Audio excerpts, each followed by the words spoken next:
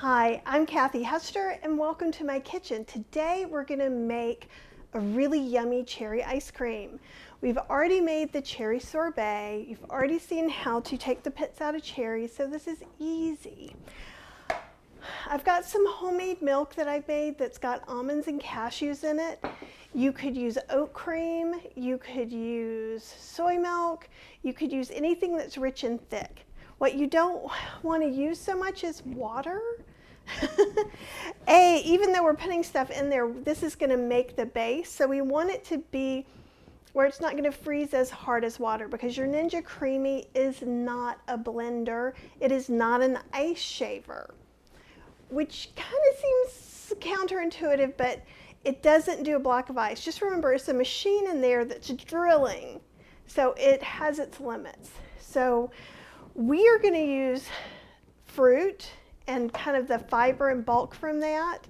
I am going to use a little bit of maple syrup. You could use any sweetener to taste. You certainly could use date paste as well. So this is our creamy pint. It's about 2 cups. Okay, so we're going to use about a cup of the milk to start out with, so we have room if we end up with more cherries.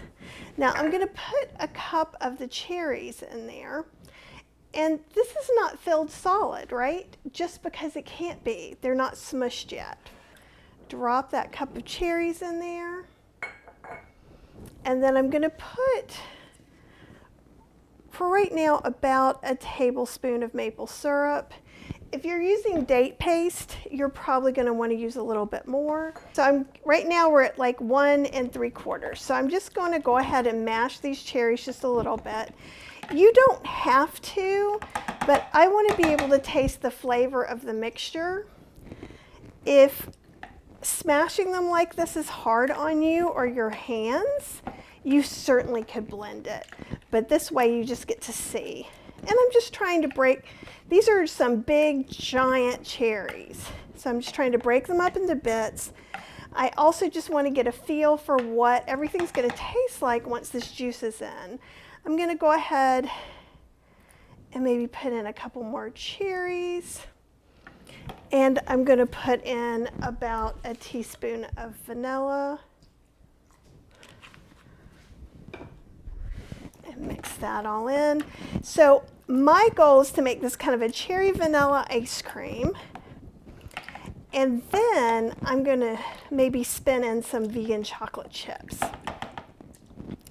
Or I could cut up some of these cherries and freeze them, and then I could put those to mix in.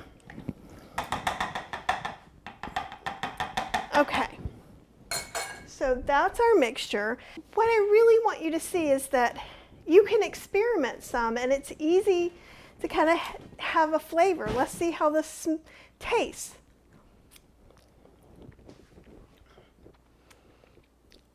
I think it's definitely sweet enough. I'm not going to get the same amount of cherry flavor that I'm going to get once it's all blended up. But if there's any extra room in here, I'm going to go ahead and add extra cherries.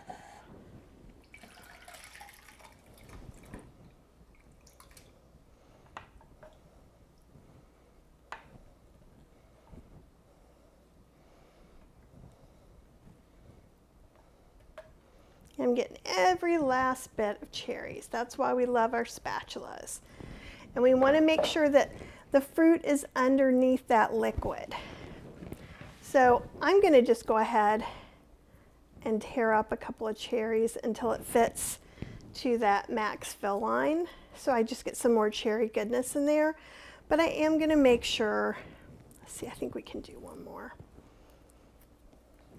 Just want to make sure that that goes under the watery part or the liquid part.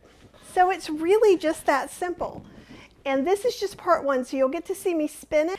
You just want to make sure that you put your lid on, you label it so you know what it is, and then we're going to put it in a flat place in our freezer to freeze for 24 hours.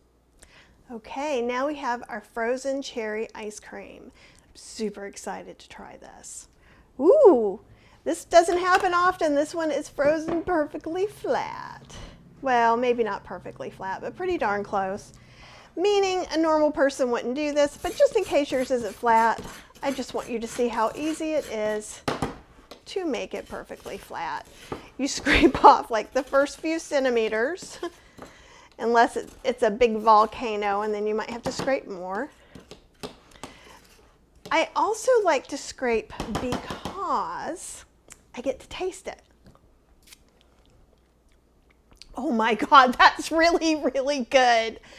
And I don't say that every time.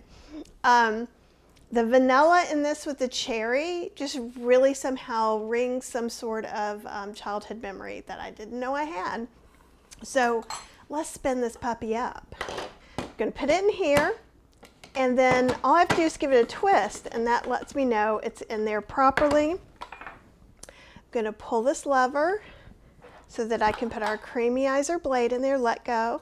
It'll wiggle a little.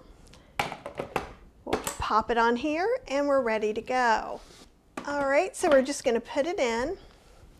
We can turn on the machine before or after this, it doesn't matter, but I'll turn on now. And you'll see something that says install. It just means that this needs to be installed here. So just take that and click it in, and then you'll see all the things happen. This is an ice cream, so I would use light ice cream, but you could use sorbet or smoothie bowl just as easily. We're not going to use regular ice cream because it's not a high fat, high sugar mixture. And that's why. So let's go ahead and do light ice cream.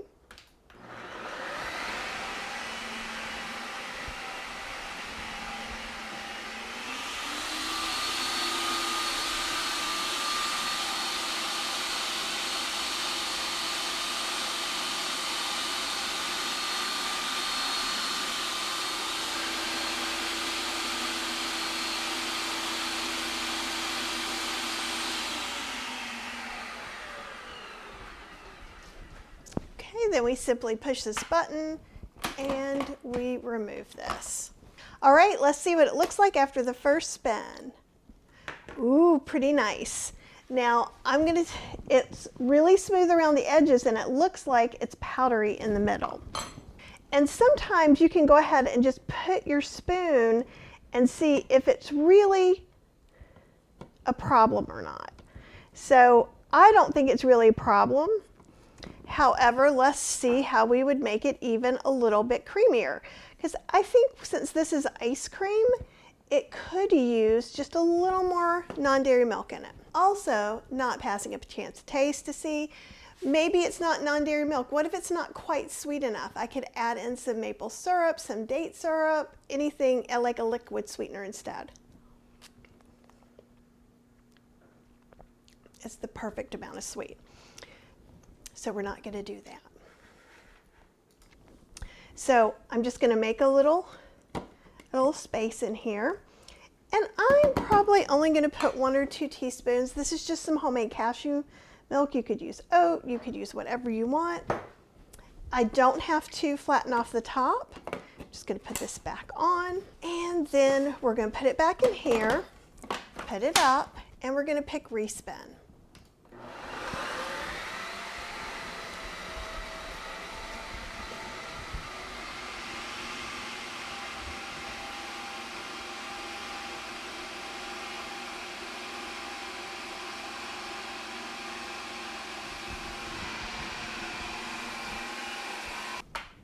Release it,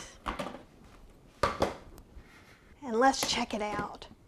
Oh my goodness, I'm even going to get a different spoon. Look at that. Look how creamy. Isn't that amazing? And you know what? If you wish it was a little creamier, you could add a little more non-dairy milk and spin, or let's say you wanted to make this into cherry chocolate chip. We would put that tunnel back in and put a few tablespoons of chocolate chips, and then we would use the mix in button. And don't forget, whatever you don't eat, you can just level back off, put your lid on, put back in the freezer, and then you would spin it, not respin, but spin it when you take it out of the freezer. So no matter how many times a pint goes in and out of the freezer, if it's frozen solid, it always gets spun on light ice cream, sorbet, smoothie bowl, one of those settings. Never respin. Respin is expecting a soft product. So is mix in. Okay, so just a little tip for you. See how smooth it is? And like I said, you could make it a little bit smoother if you wanted to, but you don't have to. I think it's yummy. Okay, here's to childhood memories. Oh, that's really good. So while you can get some fresh cherries, try it with fresh cherries, but you can also use frozen all year long. It works amazing. And this is easy to make, and it's whole food plant-based, so enjoy.